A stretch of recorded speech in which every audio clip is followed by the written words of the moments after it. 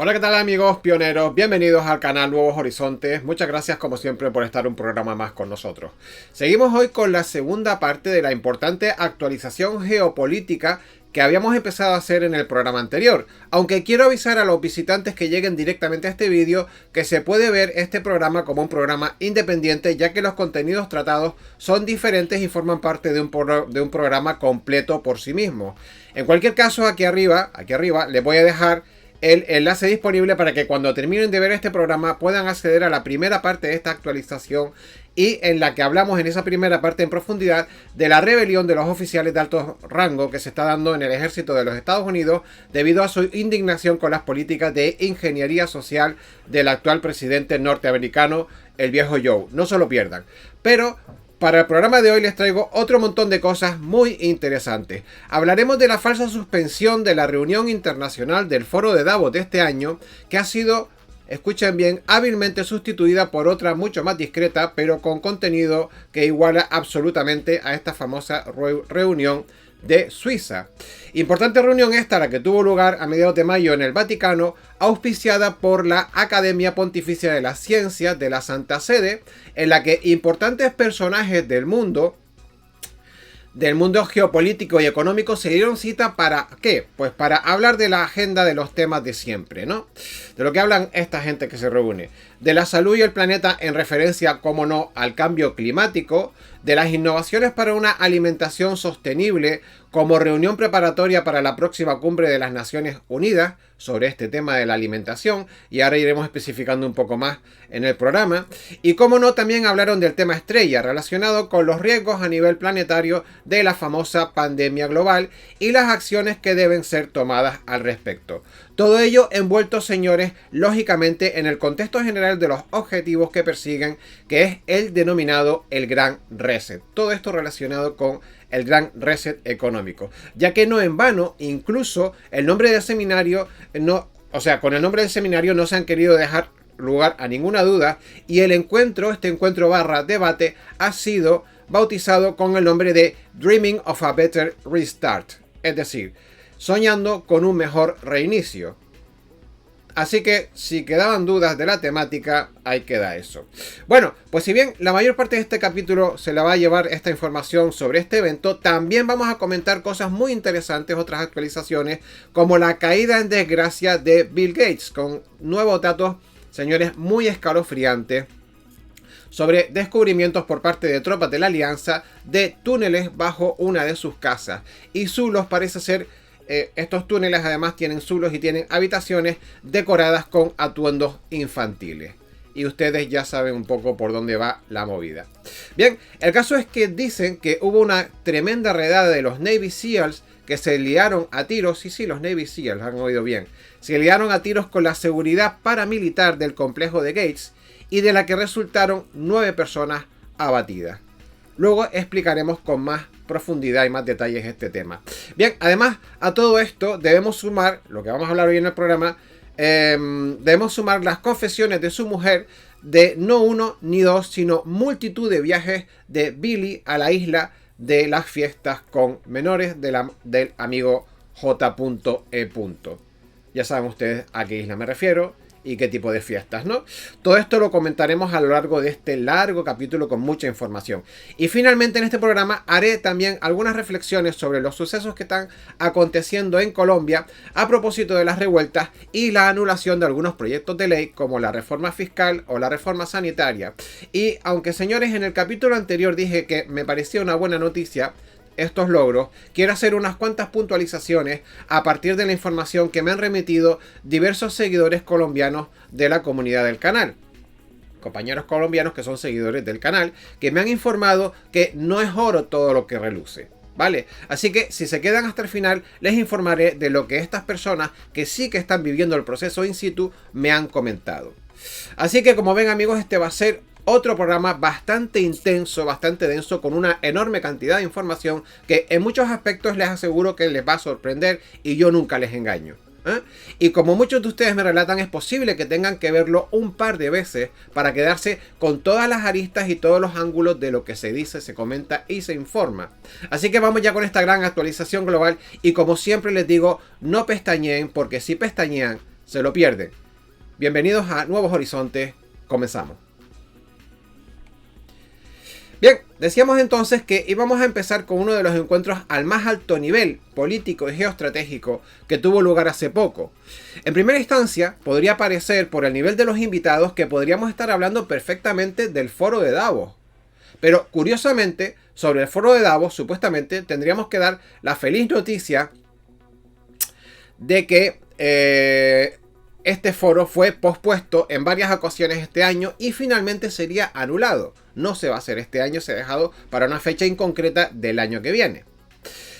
Y se ha anulado en teoría por razones de la pandemia global. Bien, y esto que a priori podría ser una buena noticia, que ya te digo yo que el virus nunca ha sido un problema o un freno para que se den este tipo de reuniones, como de hecho vamos a ver en lo que vamos a relatar hoy, decíamos que a priori que esto que podría ser una buena noticia se queda relativamente empañada cuando te das cuenta que a pesar de la pandemia, cuya excusa como digo es una farsa, el encuentro entre los que cortan el bacalao ha tenido igualmente lugar. Y con los mismos temas, solo que en vez de en Singapur, que era donde estaba previsto hacerlo al principio, ha sido en el Vaticano. Es decir, que el mismísimo emperador Maximus de los Cuervos, que no es el Pureta Joe, ha puesto a disposición de sus polluelos su propia casa, es decir, la capital del Imperio Católico, para que puedan seguir discutiendo sus planes globalistas.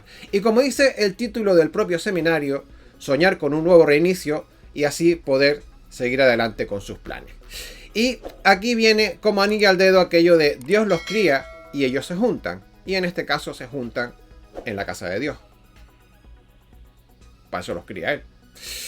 Bien, bueno, pues este encuentro semipresencial, lo digo porque algunas personas fueron físicamente, la mayoría, y algunas de ellas lo hicieron por teleconferencia, decía que este encuentro semipresencial a puerta cerrada, y es interesante este aspecto de a puerta cerrada, auspiciado por la Academia Pontificia de las Ciencias, tuvo como participantes a buena parte de la florinata del planeta a nivel político, económico y claro, obviamente también a nivel religioso.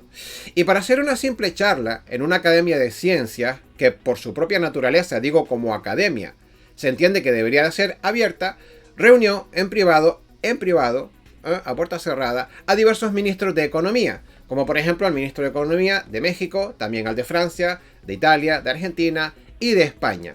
También reunió, voy a darles todo el plantel ahora, también reunió a un secretario de Estado de Economía de Alemania, al Premio Nobel de Economía Joseph Stiglitz y evidentemente a representantes varios de la Santa Sede.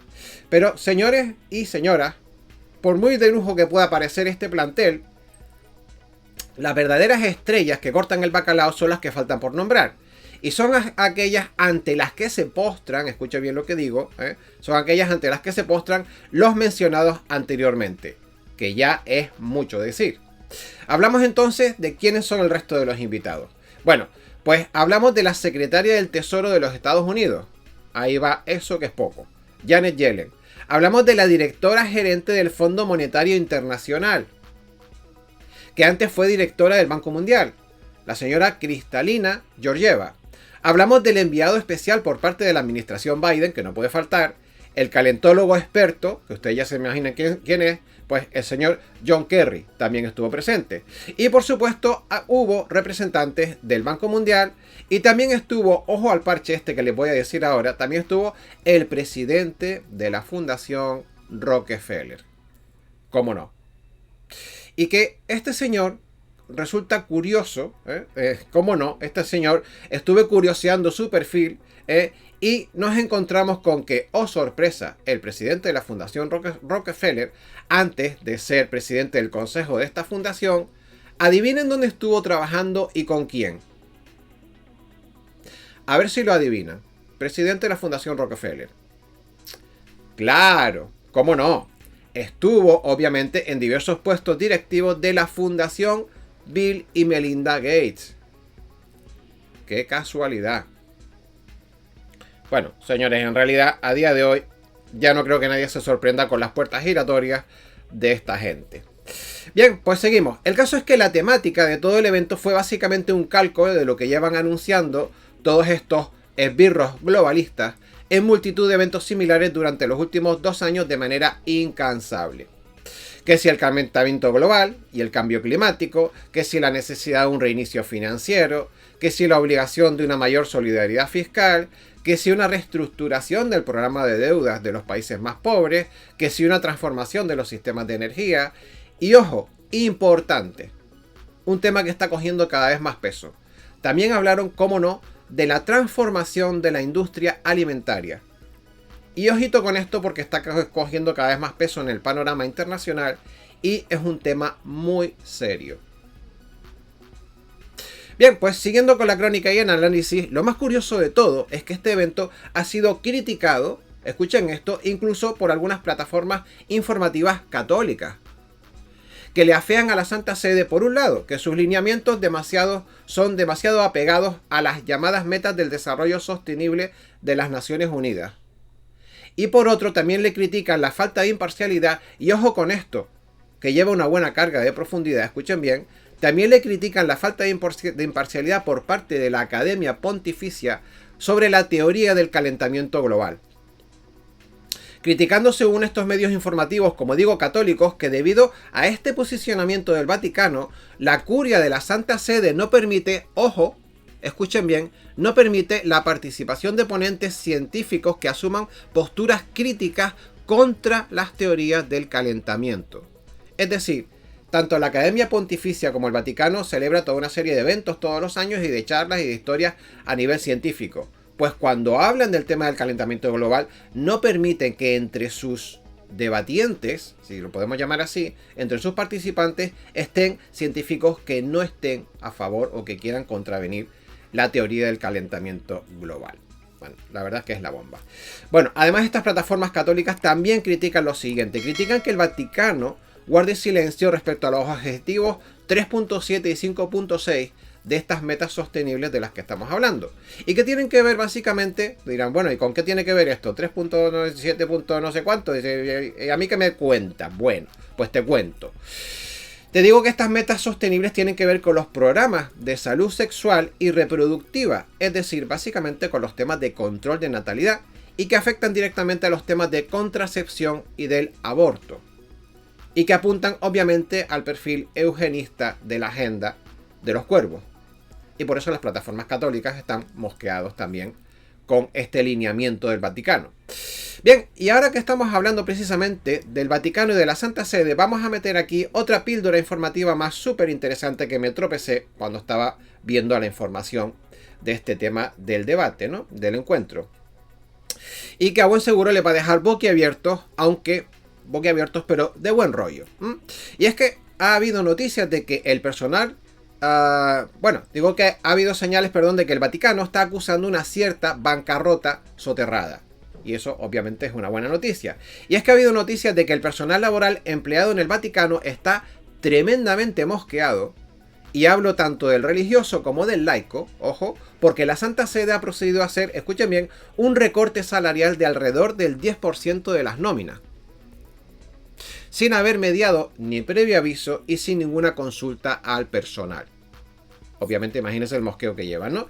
Y es que, señores y señoras, la llamativa información sobre este hecho pondría sobre la mesa lo seria que puede ser la situación financiera de esta ciudad del Estado Vaticano, que según esta noticia se ha visto afectada obviamente por varios temas. Se ha visto afectada por la crisis sanitaria, por el cierre de las iglesias, por el bajón del turismo y por tanto por el descenso de las visitas tanto a los museos como a los centros religiosos. Lo que según dicen de todas formas, independientemente de todo lo que acabo de decir, ya venía pasando igualmente antes de la pandemia. Pero al asombro de los trabajadores afectados va más allá, cuando descubren que los intervalos o tramos profesionales más retocados por el recorte son, como no, los tramos profesionales del rango medio-bajo y del rango medio, es decir, del medio bajo y del medio, no exactamente de los bajos del todo, porque esos ya cobran muy poco y no los han retocado, pero sí los que tenían unos ingresos medios y medio bajos con respecto al estamento profesional. Y ahora les voy a explicar unas cuantas cositas con respecto a esto, ¿no? Bien, decía que son los que han sido retocados por el recorte son los tramos profesionales medio, bajo y medio, quedando los tramos laicos superiores, exentos del recorte salarial de manera injusta y desigual. Y así se lo han hecho saber un grupo de empleados vaticanos al mismísimo Papa, a través de una carta de queja en la que critican los sueldos extremadamente altos, y ahora explicaremos esto, que se suministran a asesores y gerentes laicos, mientras ellos llevan 8 años soportando recortes de personal, congelación de nóminas, suspensión de la promoción profesional y la no liquidación de las horas extras. ¿Vale? Ahora les voy a explicar de dónde viene todo esto, por qué se quejan y por qué traigo esto a este programa. O sea, dónde está la parte conspiranoica del tema. Ahora se los voy a comentar. Bien, y fíjense, señores y señoras, y digo todo el rato señores y señoras porque tuve un comentario en la caja de comentarios del vídeo anterior de una señora que se quejaba, que decía que cada vez que yo me refería a los seguidores del canal siempre decía y señores esto y señores lo otro, y no citaba a las señoras, y también hay muchas señoras. Bueno, quiero expresar mi respeto a todos los señores y a todas las señoras, obviamente, que son seguidores. Cuando digo señores, sabemos todos que es una palabra genérica, y las veces que me acuerde diré también señora, pero tampoco seré demasiado pesado con esto porque los vídeos son bastante densos y están bastante cargados como para, bueno, ser muy reiterativo con esta historia, ¿no? Bueno, decía, y fíjense, señores y señoras, todo esto es extremadamente curioso lo que les estoy contando, porque cuando uno profundiza para documentarse del porqué de las cosas, se encuentra que el mundo y sus representantes, la verdad es que son la hostia, nunca mejor dicho. Todo esto va en referencia a los que gestionan la parte laboral del Vaticano en este caso, ¿no? Y digo que se supone que la Santa Madre Iglesia es la máxima expresión de una religión que promulga la defensa y el amor al prójimo, especialmente de los débiles que se encuentran desprotegidos. Pues en esta ocasión nos encontramos el tramo laboral intermedio tirando abajo del personal vaticano que se queja de un sistema de retribución injusto, ineficiente y descompensado. Pero no solo las cantidades retribuidas, sino a la hora de establecer los recortes pertinentes desde hace 8 años, en donde siempre castigan a los mismos y no tocan las rentas altas con un promedio de, ojo al parche, 25.000 euros mensuales. Esas rentas no las tocan ni les hacen rebaja. Y sí, han oído bien, 25.000 euros mensuales. Pero el llanto amargo del personal sigue su curso, y en esta carta se cita que, curiosamente, este tipo de retribuciones se le hace a gerentes laicos. O sea, estos 25.000 euros hacia arriba en determinados escalafones profesionales del Vaticano no se les hace a personal religioso, sino a personal laico, que por lo general está sentado, ¿cómo no? Qué curioso, ¿dónde podrían estar este tipo de profesionales en el Vaticano? Pues cómo no, qué curioso, en las áreas financieras y bancarias de la Iglesia, es decir, básicamente en la banca vaticana. Y esto ya tiene una coña bananera extraordinaria. Además, estos gerentes administrativos reciben o tienen un trato especial desde la Santa Sede y cuentan con un número excepcional de beneficios que no tiene el resto de los trabajadores, entre los que se encuentran el uso de apartamentos gratuitos cedidos por el Vaticano, ubicados en las áreas más prestigiosas de Roma, eso por un lado, así como coches de lujo de uso privado, pero también les ponen secretarias privadas que las paga el Vaticano, no las pagan ellos, e incluso el reembolso, cuentan con el beneficio del reembolso de determinados tipos de gastos. Y claro, lógicamente, el conocimiento de esto por parte del personal laboral tiene como resultado un soberano y tremendo cabreo monumental. Y por eso le han hecho llegar un comunicado al patrón para expresarle que lo que está haciendo no es digno de alguien que es el representante de Dios en la tierra. Pero para que vean cómo son las cosas en realidad, quiero aportarles algunos datos más que descubrí al documentarme para este módulo del programa. Bien, el Vaticano ni siquiera paga el sueldo completo de la curia que tiene su servicio en la Santa Sede. Escuchen lo que digo. Sí, han oído bien. El Vaticano ni siquiera paga el sueldo completo de la curia. Resulta que la diócesis de origen de cada uno de estos curas que viene a trabajar al Vaticano, las diócesis de origen de estos curas que trabajan al servicio del Vaticano se ven obligadas a remitir sueldos complementarios a sus empleados en la capital católica. ¿Y por qué o para qué? Pues señores, está claro. Para poder completar un salario digno que dé para vivir. Y cuando leí esto, me quedé perplejo, me quedé atónito, me quedé ojiplático, incluso catatónico. Joder, que me gustan las palabras esdrújulas. Lo siento, son mi debilidad. Bueno, y otro aspecto curioso que quizás muchos de ustedes no sepan tampoco es que no todos los religiosos tienen el famoso voto de pobreza. No, señor. Este voto solo corresponde por regla general a las plataformas religiosas que se organizan de manera grupal. Es decir, a aquellos que por regla general viven en lo que se denomina congregaciones religiosas. Y este me pareció otro aspecto interesante e importante que comentarles aquí para apostillar todo este vídeo. Bueno, y ahora entrando en mi análisis y reflexión personal sobre todo este asunto del sueldo de los empleados vaticanos, religiosos o no, frente a los gerentes laicos de la banca vaticana, me queda claro de qué pata cojea toda esta peña o toda esta gente. Tanto los papas como las altas esferas obispales, ambos, me quedan claro de qué pata cojean.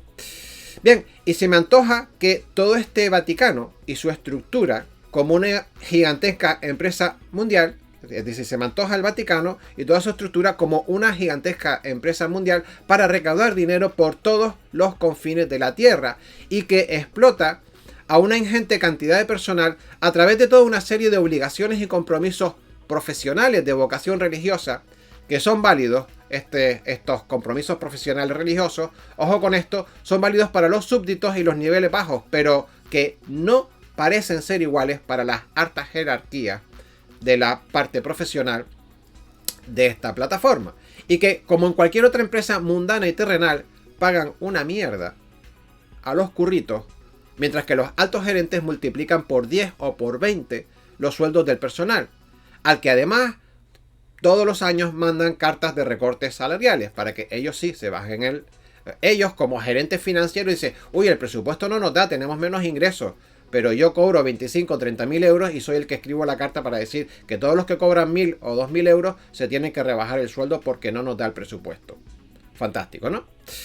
O sea que se aprovechan entonces toda esta estructura, toda esta plataforma se aprovecha de su personal más leal e involucrado en la propia esencia ideológica que prodiga la religión católica en este caso, ¿no?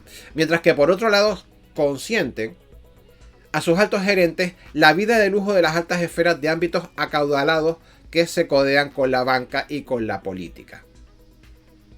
Se entiende la crítica, ¿no? Pero bueno, obviamente a los ojos conspiranoicos no hay nada que nos sorprenda, y más si alguna vez ha caído en tus manos, y si ustedes lo han visto, algunos manuales de trabajo de congregaciones tan particulares, por llamarla de una manera suave, como los jesuitas. Si ustedes han visto los manuales secretos de esta congregación, verán que no hay nada que extrañar. Y en estos manuales se puede ver perfectamente cuáles son los objetivos últimos, por ejemplo, de esta congregación, que podrían ser dignos de haber sido publicados en cualquier capítulo del Príncipe de Maquiavelo, por ejemplo. En fin, cambiamos ahora de tercio. A ver, aquí estamos. Cambiamos ahora de tercio para sumergirnos en la asombrosa y secreta vida del siguiente personaje famoso del que vamos a hablar hoy, cuya cabaña de lujo ha sido asaltada, cambiamos de tema digo, según noticias del sitio Real Road News, del periodista o ex periodista Michael Baxter, es de donde traigo la información que les voy a traer ahora, ¿vale? Que les voy a comentar ahora. Y cuyo significado, del periódico, viene a ser algo así como noticias reales en crudo, es decir, en teoría noticias sin filtrar y sin manipular.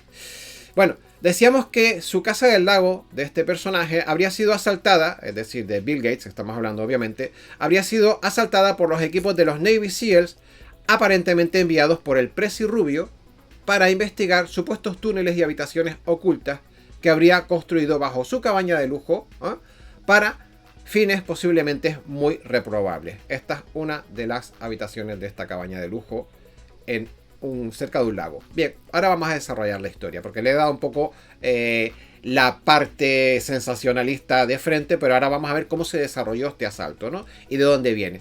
Sí, y sigo. Pero bueno, para tener la imagen completa de lo que ha pasado con Bill Puertas y cuándo empezó a caer en picado, debemos viajar un poco hacia atrás en el tiempo. Así que hablamos de la caída en desgracia del señor Bill Gates, que de un tiempo a esta parte no para de recibir tortas de todos los medios de comunicación, desde que, curiosamente, se publicó su divorcio con Melinda. Efectivamente, si echamos la vista atrás, vemos que se vienen produciendo ciertas noticias que no presagiaban nada bueno y que resultaban un tanto extrañas. Empezando por la renuncia, desde hace ya muchos meses, de este señor en la mesa de administración de la que fue su empresa de toda la vida y fundador. Y obviamente, como todos ustedes saben, hablamos de Microsoft. Y si bien en aquel momento parece ser que nadie sabía a ciencia cierta qué había pasado, porque se había ido de Microsoft, hoy ya se sabe que presuntamente su caída de este pedestal gerencial parece ser que tuvo que ver con diversos líos de falda. Pero este no sería, señores, ni de lejos el único disgusto que se llevaría Melinda Gates sobre las aventuras de su marido con desconocidas. La realidad es que, según diversos medios no oficiales, esta señora habría pedido el divorcio cuando se enteró que su marido mantenía relaciones de amistad y de negocios, y aquí empieza todo lo bueno y lo interesante, con el famoso J.E. que no voy a nombrar porque no se puede, ¿vale? Pero ¿a quién me refiero? Sí, muchos de ustedes ya lo saben. A ese tipo que gestionaba fiestas con gente importante y se lo llevaba a su isla y celebraba estas fiestas de mal gusto de las que muchos de nosotros hemos oído hablar. Ustedes ya me entienden, ¿no? Bueno, pues según los medios, este fue el detonante principal, toda vez que Billy seguía con sus reuniones y encuentros con este señor, el señor Puertas, incluso después de que estallaran los escándalos que lo implicaban en las fiestas y las cosas que ya todos conocemos, ¿no? Y entonces esta pobre mujer, tal sería la vergüenza y el escarnio público de esta señora, que dice este rotativo digital que presume de tener contactos con la alianza, ¿vale? Yo les remito lo que me he tropezado en este diario público digital, que me parece muy interesante. Digo que tal sería la vergüenza que la divorciada contactó a Donald Trump, y ojo lo que les digo, contactó con Donald Trump para informarle de que su ex marido habría estado en la isla al menos 27 veces desde 1997 hasta 2017. 27 veces. Pero es que eso no es lo más increíble. Porque digo que aquí vamos subiendo en intensidad. Lo más increíble es que, asesorado por J.E. el señor Puertas se habría gastado más de 36 millones de dólares en excavar y construir sus propias mazmorras subterráneas bajo esta casa del lago para compartir sus juegos perversos con el señor J. ¿Cómo se les queda el cuerpo? Pues ahora les voy a explicar porque lo desmenuza pormenorizadamente este diario digital. Bueno, según cuentan supuestas fuentes cercanas a los halcones y al rubio, Melinda le habría dicho directamente al precio rubio que su exmarido hacía frecuentes escapadas de fin de semana a esta casa del lago, que obviamente no era una de sus viviendas principales, sino que es una cabaña vacacional de lujo muy apartada de las miradas indiscretas cerca de un lago, y que en estos múltiples desplazamientos casi siempre iba acompañado de su gran amigo J.E. el fiestero, ya saben ustedes, ¿no? Y Melinda le habría dicho además al titán que, aunque ella no había visto nunca las galerías subterráneas construidas en la villa, ella sí habría tenido acceso a documentación y facturas que probaban la existencia de dicha infraestructura underground, como dicen en inglés. Infraestructura subterránea. Así que parece ser que el 14 de mayo, fíjense qué interesante se pone esto, el 14 de mayo, y este diario digital lo relata con pelos y señales, Donald, alias el Rubio, habló con la Junta de Jefes del Estado Mayor del Ejército, y aquí paré en seco, digo, este hombre, el Rubio, habló con la Junta de Jefes del Estado Mayor, digo, esto entonces da a entender que está de comandante en jefe, pero no puedo asegurarlo y ahí lo dejo, ¿no? Bueno, decía que parece ser que el 14 de mayo, el Rubio habló con la Junta de Jefes de Estado Mayor del Ejército y les mandó comprobar la posible existencia de estos túneles en la propiedad. Cosa que parece ser que hicieron primero escaneando la zona con por medio de un satélite SAR, en inglés SAR, que es radar de apertura sintética en inglés, y luego con un dron o un aparato no tripulado equipado con un radar de penetración terrestre que hizo varias pasadas sobre la propiedad a gran altura. Bien, y entonces, Emilio, ¿cuál fue el resultado de estas pesquisas con estos dos aparatos tecnológicos? Bueno, pues el resultado fue que ambas prospecciones mostraron la certeza de que en la zona se habían dado excavaciones y movimientos de tierras masivos. Es decir, se descubrió que es posible que hubiera algo de esto. Digamos que no detectó directamente lo que luego descubrieron, pero sí detectaron que hubieron movimientos de tierras anómalos a nivel subterráneo. Y esto fue suficiente para que se decidiera la intervención de los equipos tácticos SEAL sobre el terreno antes del amanecer del 17 de mayo. Y ahora se pone más interesante todavía. Bueno, ¿y entonces qué pasó en esa madrugada del 17 de mayo? Bueno, el resultado fue una feroz lucha entre los equipos de intervención y el personal de seguridad paramilitar del lugar equipados con armas automáticas.